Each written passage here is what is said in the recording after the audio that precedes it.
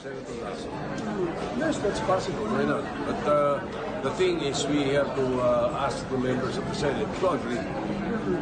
Majority to agree. Bakit i-adopt, sir? To do away with the BICAM? Hindi naman. Oo, kung maganda pagkakasabay, kung maayos lahat na nandoon, kung ang kumpleto na yung budget, ano bang kakalikutin namin? But sir, hindi may...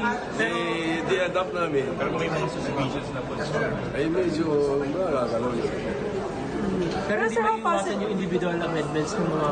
Hindi may iwasan yung individual amendments ng mga member ng BICAM. The individual amendments come in the plenary or in the both houses. When it's done in the BICAM, it must be agreed upon by both houses pa rin. Hindi pa pwedeng basta insertion lang. And if ever, kung napag-agreehan man sila, yung mga BICAM conference members, it has to be ratified by both houses pa rin. Pero sir, how likely napapayag yung mga senators na i-adopt yung House version? Kasi I think yung iba, sir, may gusto rin institutional amendments. I have no idea at this point. I know of the idea. I have no idea of the sentiment of the members of the Senate. Hindi ko alam kung payag sila o hindi.